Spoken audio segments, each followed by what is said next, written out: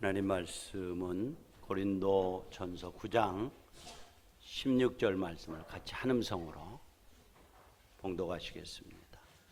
고린도 전서 9장 16절 띄우세요. 다 같이 시작.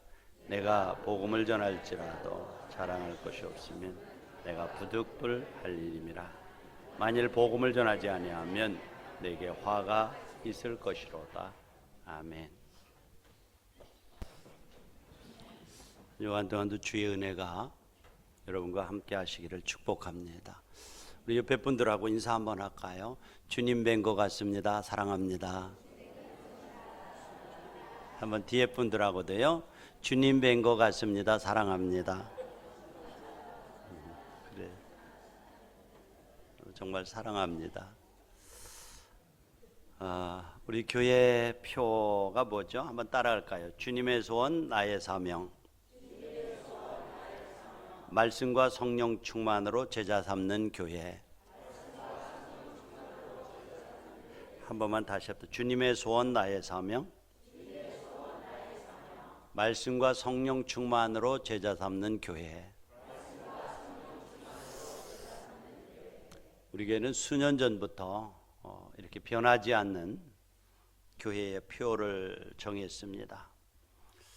왜냐하면 이 땅에 교회가 존재하는 이유가 바로 주님이 우리를 향하신 소원을 실천함으로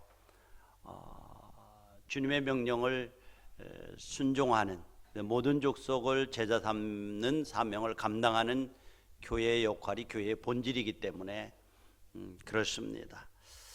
그러면 주님의 소원이 뭡니까? 주님의 소원, 나의 삶. 주님의 소원을 내 사명으로 받는 내 땅에 존재하는 그것은 주님께서 이제 이 땅에 공생애를 마치고 십자가에 죽으시고 부활하셔서 승천하실 때에 마지막으로 남긴 유언이 있어요. 마태복음 28장 19절로 20절을 이걸 같이 한번 읽으면 주님의 소원이 무엇인가를 알 수 있어요. 시작. 그러므로 너희는 가서 모든 민족을 제자로 삼아 아버지와 아들과 성령의 이름으로 세례를 베풀고 내가 너에게 분부한 모든 것을 가르쳐 지키게 하라. 볼지어다 내가 세상 끝날까지 너희와 항상 함께 있으리라 하시니라. 이제 주님의 소원을 확인했죠. 그분은 우리를 구원해서 자녀 삼으시고 우리를 통해서 복음이 흘러가는 통로를 삼으셨어요. 그리고 너희는 가서 모든 민족을 제자로 삼아 아버지와 아들과 성령의 이름으로 세례를 베풀고 내가 너에게 분부한 모든 것을 가르쳐 지키게 해라. 모든 족속을 한마디로 주님의 제자 삼아라. 이게 뭐예요? 주님의 소원입니다. 주님이 소원을 내가 이 땅에 살아가는 사명, 콜링, 부르심으로 받아서 모든 족속을 천국 가게 하는 것이지요. 그래서 교회가 이 땅에 존재하는 이유가 뭐죠? 이 일을 감당하기 위해서 교회가 존재합니다. 여러분들끼리도 좋죠. 교제하는 것도 좋죠. 그러나 본질적인 사명, 교회가 이 땅에 존재하는 목적이 뭐예요? 노아의 방주와 같이 영혼을 구원해서 하나님 나라의 백성으로 만드는 것, 복음으로 세상을 구원하는 것, 이게 주님의 소원이고 그것을 우리에게 위임하셨어요. 이게 소원이세요. 소원. 부모의 소원이 뭔가 그 자녀들이 하는데 그 유언적인 것, 마지막 가장 무게 있고 가장 진실된 얘기를 마지막 말로 남기는 것이 유언 아니겠어요? 그런데 모든 족속을 제자 삼는 것, 이게 주님의 유언적인 명령이에요. 꼭 기억하세요. 우리가 해야 될 일이라니까요. 그래서 우리는 축복의 길이라고 하는 시리즈 설교를 잠깐 멈추고 한 3주 동안은 전도에 대해서 11월 3일에 있을 행복나눔 축제에 맞추는 거예요. 자, 그런데 주님의 쓰임받는 도구로 모든 족속을 제자 삼기 위해서 갖춰야 될 무기가 뭐냐 말이죠. 전쟁에 나가려면 무기가 있어야 되잖아요. 근데 여기 보면 성령 충만이에요. 충만. 말씀과 성령 충만으로. 그러니까 우리가 성령 충만하면 주님의 눈으로 사람을 보기 시작하고, 세상 사람들은 어떻습니까? 그 사람이 얼마나 많이 가졌느냐, 돈이 얼마나 많으냐, 예쁘냐, 잘났느냐, 못 나왔느냐, 지위가 높으냐, 이거를 가지고 판단하잖아요. 근데 주님의 영이 충만하면 주님의 시각으로 역사를 보고 문화를 보고 사람을 볼 수 있는 거예요. 주님의 시각으로. 아, 많이 가졌는데도 여전히 빈하구나, 비어있구나, 참 불쌍하다. 세상이 이 땅에 살아가는 목적이 무엇인지를 알지 못하는구나, 참 안됐다. 주님의 시각으로 보는 거예요. 그래서 이게 복음 전파하기 위해서 사명, 주님의 소원을 내 사명으로 받아서 복음 전파하기 위해서 먼저 가져야 될 것이 뭐예요? 그것이 성령 충만이라고 말씀합니다. 성령 충만을. 그래서 증인된 삶을, 사도행전 1장 8절에 보면 오직 성령이 너희에게 임하시면 너희가 권세와 능력을 받는다. 권능을 받고 예루살렘과 온 유대와 사마리아 땅끝까지로 내 증인이 된다. 증인이. 그래, 그저께인가 우리 광화문 앞에서 이렇게 요즘에 또 이렇게 하나님의 질서 회복으로 해서 일하는 우리 정광훈 목사님을 만났어요. 만났는데 참 귀하다는 생각을 해. 옛날에는 그렇게 생각을 안 했어요. 그냥 부흥사로 알았어요. 그런데 알아가면 알아갈수록 참 순수하다, 참 하나님 앞에 붙들린 사람이다 하는 것을 느껴요. 뭐 돈에 대한 욕심 없습니다. 그분 후배들이나 가면은 정말 잘해줍니다. 물론 제가 선배입니다만은. 근데 그분이 어느 유튜브에 들어가니까 그 통지표 자기 시골 교회 가서 찍어왔다고 하면서 사람들 앞에서 자기 옛날에 있던 통지표를 보여주는 거예요. 양양양양양양 뭐 있어요. 중학교 때도 물론 더 그랬다는 거예요. 그러고 하는 말이, 저는 옛날부터 어려서부터 하나님이 주시는 은사가 양을 치는 거라서 양을 받았다. 양양양을 받았다. 신학교 다닐 때도 친구들, 그 동기들 얘기 들으면은 공부 그렇게 안 했대요. 그리고 자기는 신학교 때도 꼴등하고 중학교 때도 고등학교도 꼴등하고 꼴등하는 은사를 받아가지고 양양밖에 모른다는 거. 참 그가 이렇게 얘기하고 하는 걸 보면 그가 정말 공부 많이 한 것을 그냥 깨닫게 되더라. 아, 역사 공부도 많이 하고 복음에 대한 거는 뭐 참. 그래서 저는 늘 그런 것들을 보면서 목회라고 하는 것이 어떤 지식이나 또는 어떤 교리나 혹은 무슨 뭐 신학이나 이것만으로, 이거 있어야죠. 이거 없으면 흔들려요, 뿌리가. 근데 이것만으로 하는 것이 아니라 장에 들어가서 정말 자기는, 그래서 어느 날 성령을 충만히 받는 순간 자기도 자기를 주체할 정도 못할 정도로 성령께서 자기의 삶을 이끌어가기 때문에 내일을 알 수 없다는 거예요.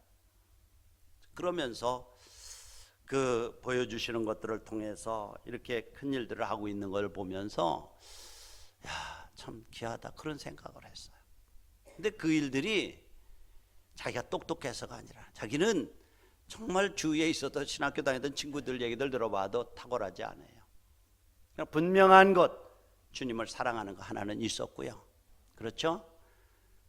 그래서 양양양양양양 그렇게 하는 것들을 부끄럼 없이 보여주는 거예요.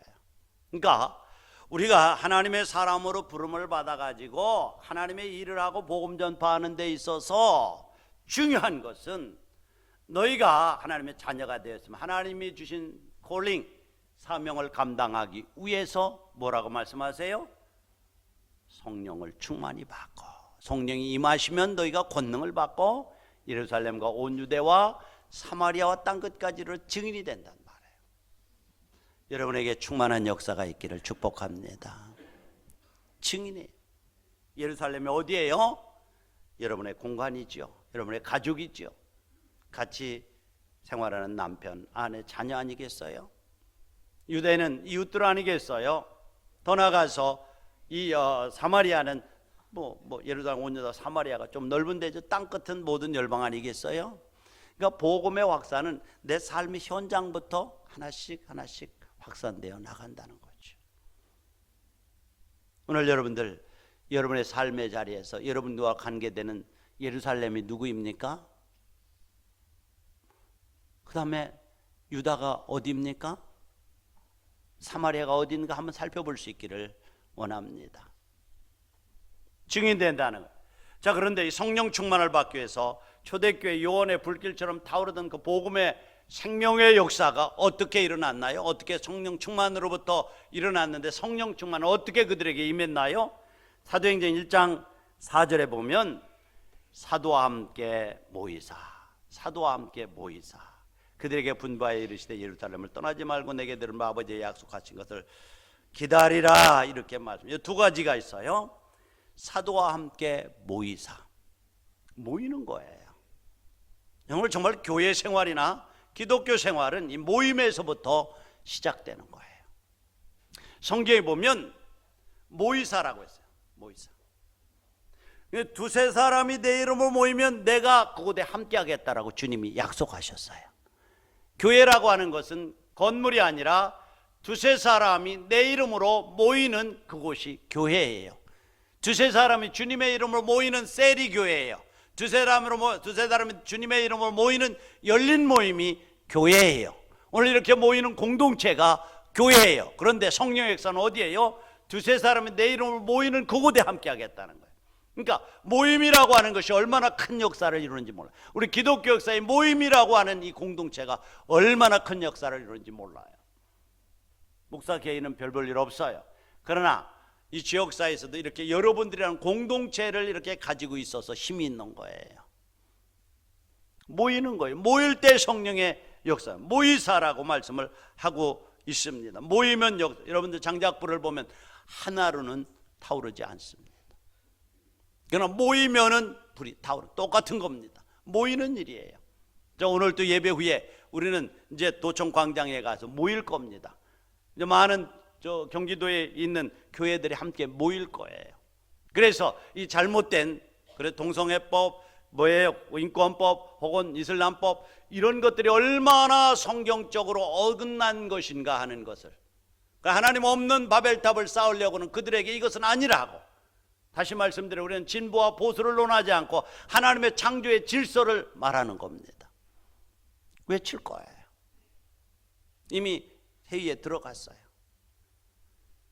그들에게는 하나님의 질서가 없습니다. 하나님 없는 파라다이스, 하나님 없는 이 땅의 왕국을 한번 건설해 보자는 거예요. 그 바벨탑을 쌓던 그 사람들이. 그러므로 여러분들, 우리 예수님께 성도 여러분들이요, 사도들과 함께 모였을 때에 성령의 강력한 임재가 나타났고, 그리고 그들에게 능력을 받았고 복음 전파자의 사명을 감당할 수 있었다면, 나는 우리 예수님께 사랑하는 성도들 모이는 일에 힘쓰시기를 바랍니다. 할 수만 있으면은 공집회에는 좀 참석해 주세요. 썬데이 크리스찬, 주일날만 왔다 가는 크리스찬이 아니라 주일 오후 예배도 있어요. 수요일날 예배도 있어요. 금요일날 예배도 있어요. 중요한 것은 셀 예배도 있어요. 모이면서 역사가 나타나기 때문에 우리 교회는, 또 교회는 초창기부터 모이는 일에 힘썼습니다. 모이는 거예요. 모이는. 그래야 성령의 역사가 강하게 일어납니다. 그러나 반대로 어둠의 역사가 강하게 나타나는 말세적인 현상이 뭔지 아세요? 히브리서 10장 25절에 보면은, 뜨면 한번 읽어보시죠. 히브리서 10장 5절 25절 시작. 모이기를 배하는 어떤 사람들의 습관과 같이 하지 말고 오직 권하여 그날이 가까움을 볼수록 더욱 그리하자. 그날이 언제예요? 주님 오실 날이에요. 말세예요. 말세가 다가오면 모이기를 패한다는 거예요. 모이는 일에 싫어한다는 거예요. 오늘날이 그때입니다, 여러분들. 바빠요. 이리저리 얼마나 바쁜지 몰라요. 근데 바쁘다는 것이 결국은 노는 거, 먹는 거, 세상적인 모임, 이런저런 일들을 가만히 분석해 보면은 그렇게 유용하지 않습니다. 저는 나이를 먹으면서 단순하게 사는 것이 중요하다 싶어서 저는 요즘에 카드도 여러 개 있는 거 하나로 딱 줄여버렸습니다. 통장도 하나로 만들어버렸습니다. 그리고 이 기업에서도 이것저것 좀 해주고 지원해달라고 합니다. 아닙니다. 나는 이미 하던 일이 호스피스에 대해서 처음부터 시작을 했기 때문에 발을 뺄 수가 없고, 또 이 지역사회에서 우리 시흥시 기독교 연합회에서 어차피 이 창조 질서라고 하는 이것은 본질적인 거기 때문에 이것은 제가 책임지고 하겠습니다. 그 두 가지만 집중하기로 했어요. 그래 뭐 노예니 어디니 뭐 이런저런 것 그저 모여 뭐 이런 데 다녀봐도 별로 그렇게 뭐 그렇게 영양가 있는 것이 별로 없어요. 단순화시키는 거예요. 그러나 사랑하는 성도 여러분들, 그날이 다가오면 볼수록 모이기를 패한대요. 모이기를 패해요. 모이지 않습니다. 어떻게든 합리화시키고, 이것이 성경에 나타나는 말세적인 현상이라고 말씀을 합니다. 반대로 초대교회는요, 놀라운 역사 중에 하나가 뭐냐면 모이는 일에 힘썼어요. 사도행전 2장 같은 데 보면은 뭐예요? 초대교회에 복음의 불길이 유언의 불길처럼 일어났어요. 그런데 가장 두드러진 특징이 날마다 모이게 힘썼다라고 말씀하고 있어요. 같이 나누면서 기도하기에 전념했어요. 그러니까 모이는 것이 얼마나 중요한 건가를 알아야 돼요. 나는 우리 예수님께 성도 여러분들 다시 한번 말씀드리지만 썬데이 크리스찬의 자리에 머무르지 말고 할 수만 있으면 이제 썬데이 크리스찬은 수요일 날 크리스찬도 되어지고 조금 더 확장되어지면 정말 셀 모임 열심히 해야 돼요. 셀 모임. 셀 모임은 여러분들의 작은 교회 안에서 큰 교회, 작은 교회입니다. 그래서 왜 이렇게 성령 충만을 받으라고 그랬나요? 모든 족속을 제자 삼기 위해서. 말씀과 성령 충만으로 제자 삼기 위해서. 이게 주님이 우리를 향하신 소원이에요. 근데 오늘 설교에서 앙케이트 조사를 조사해보면 어떤 설교가 부담됩니까? 첫째는 회개라고 하는 설교예요.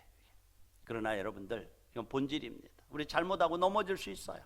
그러나 어느 날인가는 반드시 원위치되는 회복력이 있어야 됩니다. 이 그리스도인의 특징이에요. 죄를 안 짓는다는 얘기가 아니에요. 지을 수 있어요. 넘어질 수 있어요. 그러나 반드시 제자리에 회복되는 거예요. 배가 온전히 뜰 수 있는 것은 배 밑에 엄청난 나비라고 하는 것이 있어서 무게중심을 항상 잡아주기 때문에 넘어져도 다시 회복되어지고 전복되려고도 다시 회복되어지는 것이 무게중심이 있는 거예요. 즉 그리스도인. 두 번째는 전도라고 해요. 전도하는 거. 그러나 여러분들 이거 부담스러워도 이건 교회의 본질이고 예수 믿고 구원받은 사람들에게 주어지는 콜링 사명이기 때문에 저와 여러분들이 감당해야 되는 것임을 믿으시기 바랍니다. 힘들어요. 그 다음에 헌금 설교라. 헌금. 저는 헌금을 그렇게 많이 강조를 안 하니까 여러분들 편할지도 몰라요. 그러나 참 감사한 것은 우리 교회는 믿음이 성장하면 헌금을 해요. 그래서 다시 한번 말씀드립니다만 그동안 건물 짓고 교회 사택 사고 땅 사고 정리하면서 있었던 모든 은행 융자를 올해 다 갚아버렸습니다. 이제는 좀 아이들도 키우고요. 좀 이런 어떤 교회의 미래를 위해서 해야 될 일들이 참 많을 거예요. 여러분들이 다 헌금을 하시는 거예요. 특별히 우리 교회는 재정이 투명하기 때문에 아마 여러분들이 그런 것들을 많이 신뢰하는 것 같습니다. 저도 돈 한번 쓰려면 장로님한테 보고하고 당의 결정을 가지고 씁니다. 그러니까 여러분들 이런 것들에 그러나 여러분들 보세요.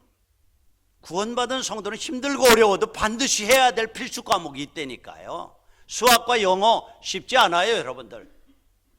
그런데 이것은 반드시 해야 논리적인 사고도 발달되고요.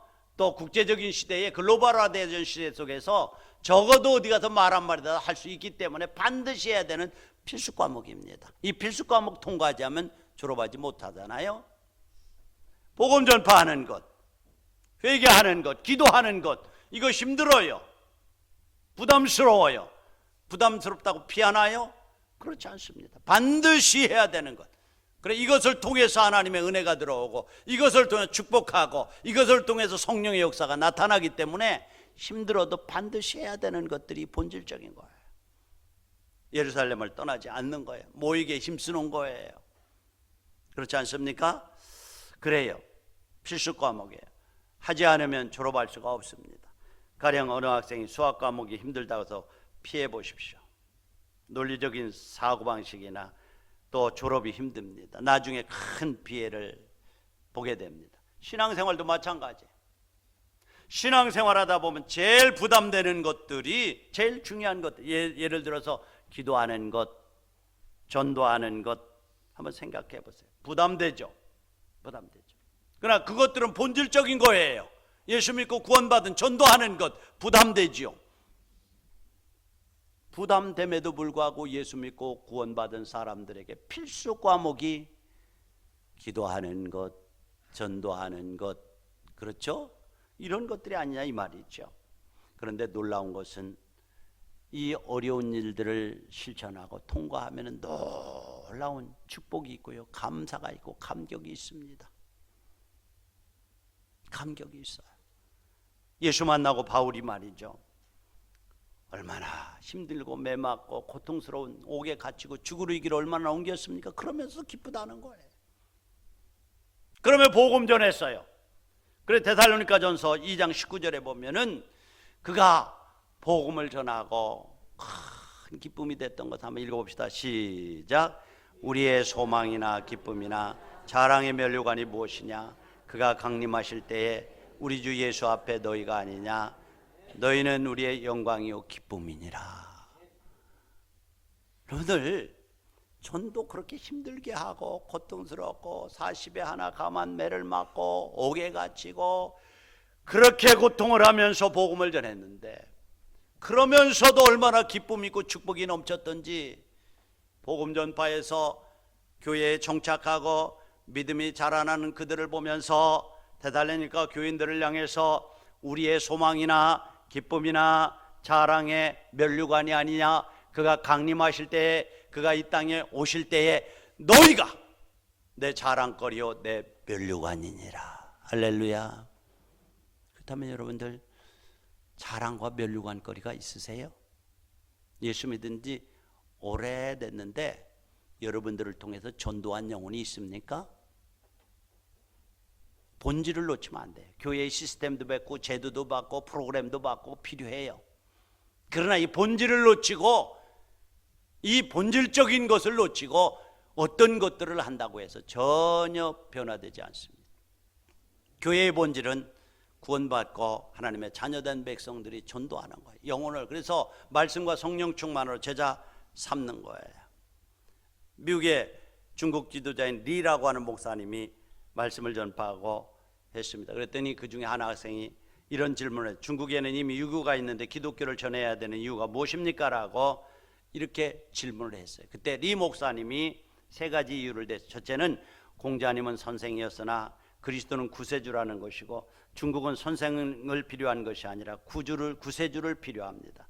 두 번째는 공자는 죽었으나 예수님은 부활하셨습니다. 따라서 중국은 부활하신 구세주를 필요합니다.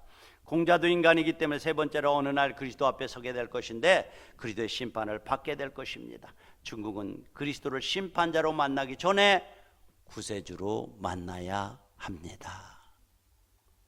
예수 믿지 않다가 심판주로 만날 것이 아니라 예수 믿고 구세주로 만나는 것이 필요하기 때문에 나는 중국 땅의 그 우욕과 각대를 무릅쓰고 복음을 전파합니다. 그랬어요. 동일한 심령을 가질 수 있기를 원합니다. 우리 교회는 전후반기 1회씩 귀빈초청 축제와 행복나눔 축제를 합니다. 11월 3일 날 우리는 이 축제를 위해서 기도하고 있습니다. 여러분 마음 가운데 베스트를 품고 그들을 기도하면서 그들의 필요를 충족시켜가면서 다가가서 복음을 제시하고 그들도 예수 믿고 구원받게 하기 위해서 복음의 자리로 나갑니다. 왜 전도해야 됩니까? 전도가 얼마나 시급하고 중대한 과제이기에 생명을 바쳐서라도 전도해야 됩니까? 첫째로 주님의 명령이에요. 마지막 유언. 아까 말씀한 마지막 유언, 가장 무게 있는 명령이에요. 땅끝까지 이르러되 증인의 삶을 살아라. 모든 족속에게 말씀을 가르쳐 지키게 하고 저들을 구원받도록 해라 라고 하는 말씀을 하고 있습니다. 그런데 중요한 것은 이 구원이라고 하는 것은 반드시 먼저 부름을 받은 저와 여러분들을 통해서 흘러가는 줄로 믿습니다. 로마서 10장 14절에 보면 뭐라고 말씀하냐면 그런즉 믿지 아니하는 이들이 어찌 주님을 부르겠느냐? 듣지 못한 이들이 어찌 믿겠느냐? 전파하는 자가 없으니 듣지 못하는. 이 전파하는 자가 없기 때문에 듣지 못하고 듣지 못하기 때문에 믿지 못하고 믿지 못하기 때문에 지옥 간다는 말이에요. 그러니까 그 출발이 뭡니까? 전하는 자가 있어야 듣고요. 들어야 믿음이 생기고요. 믿음이 생겨야 하나님의 자녀가 된다 이 말이에요. 그러므로 사랑하는 우리 예신가족 여러분들 주위에 주님의 소원, 영혼 구원하는 것이라고 하면 이 부름의 자리에 나가기 위해서 성령 충만을 구하시기 바랍니다. 주님의 눈으로 이 시대를 바라볼 수 있는 영적 눈을 뜨게 해달라고 기도하시기 바랍니다. 그러기 위해서 모여서 약속하신 것을 기다리라고 모이는 일에 힘쓰시기 바랍니다. 모여서 기도하고 주의 임재가 그곳에 임하고, 그리고 또 주님이 영이 임하면 주님의 눈으로 오늘 시대를 보는 거예요. 이 역사를 보는 거예요. 이 문화를 보는 거예요. 그래서 안타까운 거예요, 여러분들. 주님의 창조 질서하고 어긋나는 이 시대의 문화를 보면서 안타까운 것 아니겠습니까? 예수님도 이 땅에 오신 목적을 뭐예요? 마가복음 1장 38절에 보니까 이르되 우리가 다른 가까운 마을들로 가자. 거기서도 전도하리니 내가 뭐를 위해서요? 이를 위해서 왔노라. 이가 뭐예요? 전도하기 위해서 왔노라. 다시 말해서 복음을 흘러보내기 위해서 왔어요. 주님이 이 땅 위에 오신 목적이 바로 그겁니다. 전도하기 위해서. 그런데 나의 남은 고난을 너희 육체에 채우라고 하면서 우리에게 그 사역을 넘겨주셨습니다. 그렇다면 그분이 하셨던 그 유업을 우리가 이어받아서 복음 전파의 사명을 감당해야 돼요. 우리 교회가 이제는 별로 그렇게 세상적으로 걱정하고 재정적으로도 뭐하고 시설도 이제는 그러나 중요한 것은 복음 전파에서 생명을 구원하는 일을 멈추면 교회는 교회의 길을 포기한 것임을 여러분 기억하시기 바랍니다. 교회가 살아있다는 것은 복음 전파의 운동이 살아있다는 거예요. 그렇습니다. 명령이에요. 전해도 되고 안 해도 하는 것이 의무예요. 책임이에요. 그래서 오늘 고린도전서 9장 16절 읽어드린 말씀에 보면 내가 복음을 전할지라도 자랑할 것이 없으면 내가 부득불을 할림이라. 부득불이라는 거 억지로라도 안 하면 죽는다 이 말이에요. 의무라는 거예요. 그리고 의무라는 거예요. 절대 복종해야 될 지상명령이라는 거예요. 여러분 복음 전파는 지상명령인 것을 기억하시기 바랍니다. 반드시 해야 되는, 부득불 해야 돼요. 전하지 않으면 화가, 복음을 먼저 받고 빚진 자의 심정으로 해야 되는데 전하지 않으면 화가 있을 것이다. 살 길이 두 번째로 예수밖에 없습니다. 사도행전 4장 12절에 보면 다른 이로서는 구원 얻을 수 없나니 천하인간에게 구원을 얻을 만한 다른 이름을 주신 적이 없다. 오늘 이 시대가요, WCC 같은 데 보면요, 종교 다원주의, 그 공산주의가 이미 들어가서 러시아의 그 지도자들이 들어가서 이미 변질시켜 놨습니다. 종교 다원주의. 우리 부산에서 있었던 그 WCC 십창가 총회에서는 어떻게 했어요? 무당들까지 동원해요. 무당식으로 다 예배를 드렸습니다. 놀라운 거지요. 놀라운 거죠. 그렇습니다. 우리가 예수 믿기 때문에 다른 종교를 배타적으로 바라볼 필요는 없습니다. 불교는 죽어 뭐하다 할 필요는 없어요. 그래서 사랑해야 됩니다. 그들도 예수 믿고 구원받아야 될 대상이기 때문에 배타적에서는 절대로 안 됩니다. 저는요, 우리 법사님들하고도 친하다고 그랬죠? 친해요. 인간적인 감정 가지고 싸우지 않습니다. 우리 중님들하고도 그냥 앉으면 재밌는 얘기들을 하고 그래. 언젠가 말씀드렸죠? 거제도에 가서 우리 내가 밑에 있던 스님이 그 절을 개척했어요. 주저 암자를. 그래서 우리 집사님, 그 연대장 집사님한테 케이크를 하나 사라고 그랬다고 그랬죠? 집사를 그쪽으로 모르라고 그래서 갔어요. 어디 가세요? 절에 가는데, 목사님이 케이크를 가지고 절에 가냐고. 우리 내가 데리고 있던 이석우라고 하는 스님이 있는데 여기 개척을 해서 내가 여기 와서 인사하러 가는 거야. 근데 그 조금 다른 얘기입니다만은 제가 휴대폰이라고 하는 걸 처음 갖게 된 것이 그분이 선물인지 뇌물인지는 모르겠어요. 하여튼 선물로 줬어요.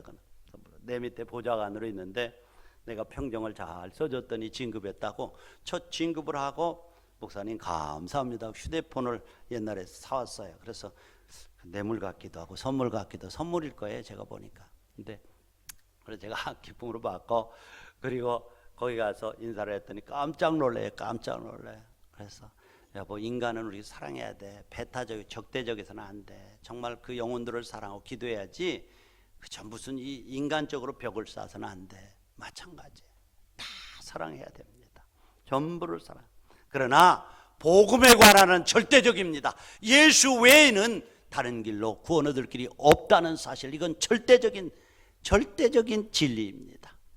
천하 이름 가운데 나는 길이요 진리요 생명이니 나로 말미암지 않고는 아버지께로 올 자. 그런데 오늘 이 시대가 포스트 모던이라고 그랬죠.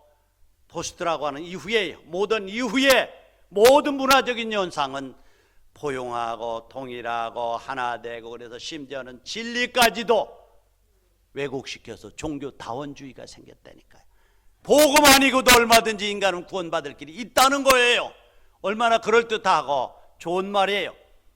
그러나 여러분들, 절대로 그렇지 않습니다.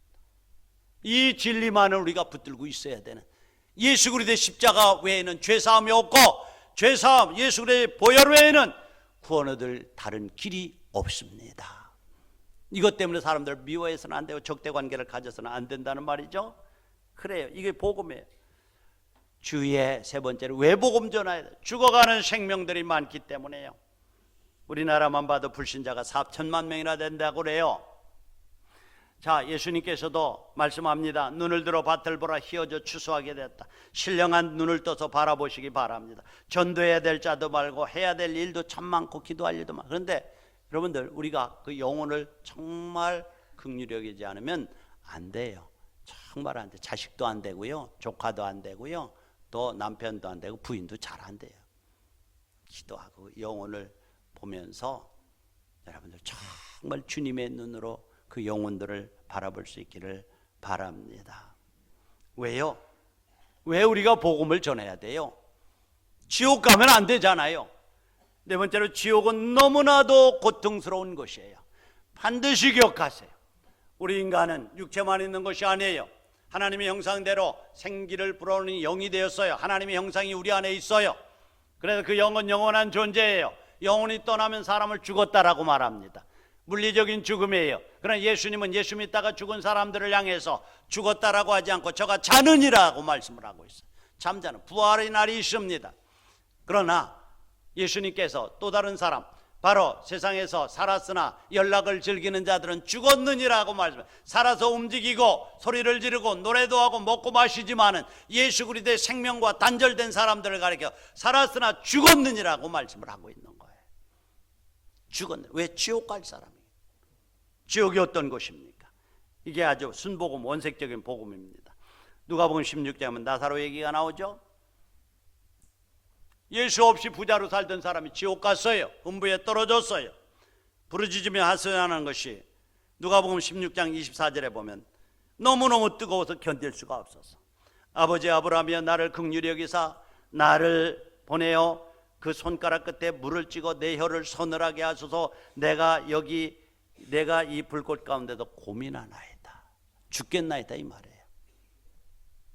한 대접도 아니에요. 한 컵도 아니에요. 새끼손가락에 물을 찍어서 내 혀를 좀 조금만 서늘하게 해주세요. 죽겠습니다. 못 견디겠습니다. 얼마나 고통스러웠으면은. 제가 그 사우나 좋아한다고 그랬죠. 그 가면요, 어떤 대단히 더워요. 못 견디겠으면요, 어떤 사람이 문을 열고 들으면요, 문 열었을 때 그 바깥바람이 싹 들어오면은 그 더운 데서 따뜻한 바람이라도 상대적으로 시원하니까 얼마나 시원한지를 몰라요. 야, 저 바람 참 시원하다. 그것도 더운 바람인데도 이 사우나의 열기에 보면 좀 시원한 거예요. 그러면서 생각하기를, 야, 참 여기서도 이런데 이 바깥의 바람이 더 조금 시원한 거 들어와도 그런데, 야, 지옥이 어떤 것일까? 응? 물 한 방울을 찍어서 혀끝을 서늘하게 해달라고요. 서늘하게.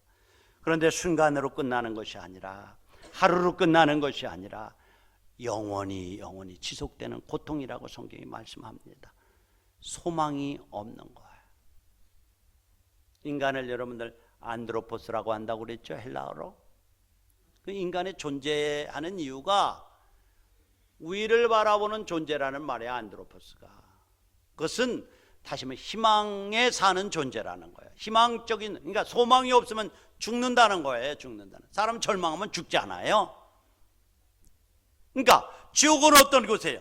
고통이 있어도 얼마의 시간이 지나면 다시 회복될 수 있는 가능성이 있으면 이거라도 희망으로 삼고 사는데 없다는 거예요. 그 왜요? 성경에 보면 너와 나 사이에는 건너가도 건너올 수도 없는 구렁텅이가 있어서 건너가지도 못하고 건너오지도 못한다.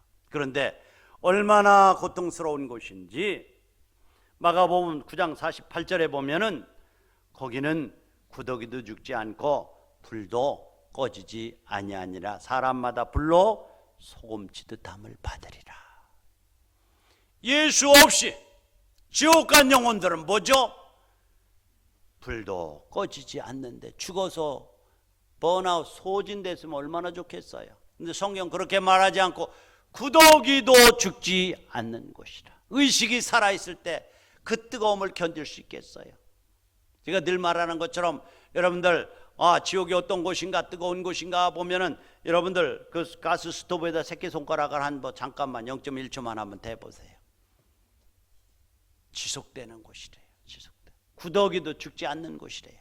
얼마나 고통스럽고. 그런데 그것을 피하기 위해서 주님께서 하나님께서 예수 그리스도를 이 땅에 보내셨어요. 또 예령을 했어요. 누구든지 저를 믿는 자마다 멸망치 않고 영생을 얻게 한다고 말씀을 하셨어요. 이것이 주님께서 경고하시는 말씀이에요. 우리는 이 부름에 응해서 예수님을 구세주로 영접한 저와 여러분들, 우리가 부족하고 때로는 넘어지고 쓰러져도 여전히 하나님의 자녀들인 것을 믿습니다. 그래. 그런데 그렇게 원하다가 안 되니까 부자가 뭐라고 그래요? 그러면 구하노니 아버지여 나사로를 내 아버지 집에 보내셔서 내 형제 5이 있는데 그들에게 증거해서 이곳이 있다는 것을 알게 하고 오지 않게 해달라고 하지 않아요? 그러니까 그 지옥에서도 우리가 살아있는 사람들이 이렇게 간절히 예수 믿고 구원받는 것을 원하고 있다는 말이죠. 그렇습니다. 여러분들이 먼저 구원받은 하나님의 자녀들이라고 하면, 주의 영이 여러분들 안에 계시다고 하면 주님의 시각으로 여러분의 형제 자매들을 볼 수 있기를 원합니다. 매일매일 만나는 사랑하는 사람을 볼 수 있기를 원합니다. 다가가서 복음을 전하십시오. 그래서 11월 3일에 있을 행복나눔 축제에는 여러분들을 통해서 구원받는 사람이 있어지기를 원합니다. 보세요. 저들이 내 면류관이 하나님 앞에 설 때 상급이라고 그랬는데, 여러분들 우리가 정말 교회에서 어떤 직책을 맡고 있다고 할지라도 여러분들을 통해서 구원받은 주님 앞에 설 때 저들이 상급이고 면류관이라고 할 그 사람들이 있습니까? 있어야 됩니다. 반드시 있어야 됩니다. 그 일을 위해서 주님은 5번째로 왜 전도해요? 만일 너희가 먼저 받은 구원 얻은 백성들로 너희가 전하지 아니함으로 그들이 멸망당하면 핏값을 너희에게서 찾겠다고 에스겔서 33장에 말씀하고 있어요. 핏값을 누구에게요? 적이 쳐들어오는데 성 안에 그것을 보고도 성 안에 있는 사람들에게 적이 들어온다, 무장하고 싸울 준비를 해라, 방할 준비를 해라 라고 해서 그들이 무장을 하고 싸우다가 죽는다고 하면 괜찮지만은, 그렇지 않고 무방비한 상태에서 적군에게 죽는다면 핏값을 내가 망대 위에 세운 파수꾼으로 세운 너에게서 찾겠다는, 저와 여러분들은 파수꾼인 것을 믿으시기 바랍니다. 먼저 불렀어요. 우리 예수님의 지체들로 불러주셨어요. 망대 위에 세운 사람들이에요. 그래서 우리 본문처럼 내가 복음을 전할지라도 자랑할 것이 없는 것은 부득불할지라. 부득불, 이 헬라어로 보면 아난케라고 하는 말인데 거부하면 죽는다는 말이에요. 요나가 사명을 피할 수 없었듯이 이 전도는 구원받은 사람들에게 필수 과목입니다. 수학이나 영어가 힘들어도 해야 되는 것처럼 피하지 못하는 겁니다.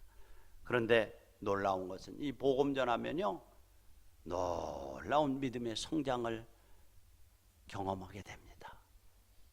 놀라운 기쁨을 맛보게 됩니다. 놀라운 축복을 받게 됩니다. 여러분 7, 80년 우리 교회도 78년도에 세워졌습니다만은 복음이 요한의 불길처럼 타올랐어요. 그때 경제도 부흥하고요, 나라도 강건해지고요, 엄청나게 여러 가지 것들이 발전하고 변화되는 급격한 성장의 시대를 맞이했습니다. 복음이 유언의 불길처럼 일어났던 시대입니다. 그렇습니다. 마지막으로 여러분, 왜 복음을 전해야 됩니까? 저와 여러분들이 복음의 빚진 자인 것을 기억하시기 바랍니다. 지난번에 주일날 파송 예배를 드리면서 말씀했습니다마는, 우리가 이렇게 자유로운 믿음 생활을 하고 축복을 받게 된 배후에는 자신의 목숨을 조금도 아까운 것으로 여기지 않고 복음의 씨앗을 이 땅에 뿌린 선교사들이 있기 때문에, 아벤셀러나 언더우드 같은 사람들, 양화진 얘기를 했습니다만, 묻을 곳이 없어서 이 땅에 죽는 것을 최고의 영광으로 생각했던 그들의 핏부림과 눈물과 기도와 헌신이 있었기 때문에 우리가 복음을 받아들였습니다. 그들에게 빚진 자 아니겠어요? 그들이 먼저 복음을 받고 우리에게 전해줬습니다. 그래서 바울은 로마서 1장 14절로 15절에 보면은 자기가 빚진 자다, 내가 빚진 자라, 그러므로 나는 할 수 있는 대로 로마에 있는 너에게도 복음 전하기를 원하노라. 내가 빚진 자라, 내가 빚진 자라. 여러분들, 복음의 빚진 자인 것을 기억하시기 바랍니다. 이 땅에 와서 피 뿌린 선교사들의 피에 빚진 자들이에요. 복음을 전해준 사람들의 빚진 자들이에요. 그래서 선교사 캔드릭 같은 사람은, 만일 내게 일천 생명이 있을 것 같으면 그것을 모두 조선에 주겠노라. 하나인 것이 아쉽다는 거예요. 1,000개가 있으면 다 조선의 복음화를 위해서 바치겠다, 이 말이에요. 또 선교사 헐버트 같은 사람은, 나는 웨스터민스터 성당에 묻히는 것보다도 한국 땅에 묻히기를 원하노라. 놀라운 말씀이 있죠. 그래서 그들은 이 땅에 와서 죽기를 자체했고 복음을 해서 순교하기를 자체했고, 그들이 이 복음을 해서 죽었습니다. 우리가 그 복음을 유산으로 받아서 오늘 이렇게 자유로운 나라를 이루고 이 복음을 이 땅에 세웠습니다. 이제는 이 복음 전파를 위해서 여러분들이 부름을 받았습니다. 빚진 자의 심정으로 여러분의 삶의 현장에 가서 복음을 전함으로 여러분들을 통해서 구원 얻는 사람이 많아지기를 축원합니다. 11월 3일에 있을 행복나눔 축제, 여러분들을 통해서 한 사람 이상씩 전도되어지는 축복이 있기를 원합니다. 우리 다 같이 눈을 감으십시다.